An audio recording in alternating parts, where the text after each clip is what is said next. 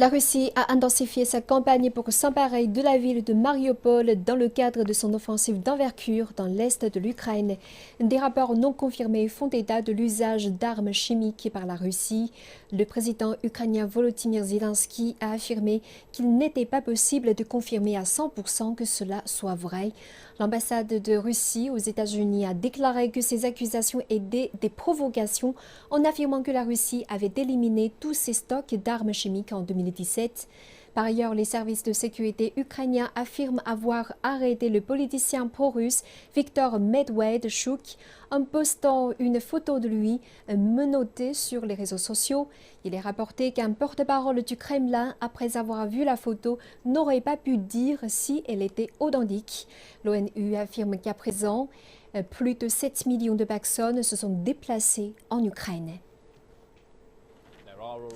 Il y a déjà des signes qu'il y a davantage de troupes qui se déplacent pas nécessairement vers la région du Donbass, mais qui sont déjà à l'intérieur, dans la partie nord, dans la partie centrale, depuis l'est aussi, depuis le sud et au centre, là où il y a les villes de Sloviansk et Kramatorsk par exemple. Ce sont des villes où les gens ont été encouragés par les autorités locales à partir aussi vite que possible.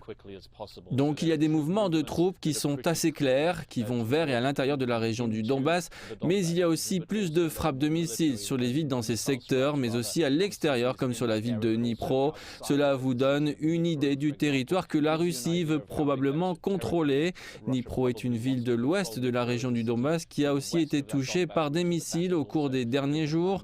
Pendant ce temps, à l'intérieur du Donbass, il y a des villes qui font les gros titres depuis le début de cette guerre. Il y a Mariupol, au sud-est du pays, qui est encore à peu près contrôlée par les forces ukrainiennes, au moins certaines parties encore par les forces ukrainiennes, mais il se peut que ce soit une question de jours avant que l'armée russe parvienne à prendre le contrôle de cette ville également. Cela donnerait à la Russie ce pont terrestre, ce serait un objectif réussi de cette opération, mais nous savons tous ce que la Russie veut maintenant après qu'elle a échoué à prendre Kiev dans les premières semaines de cette guerre. Ce serait de prendre le contrôle total de l'est de l'Ukraine, de la région du Donbass.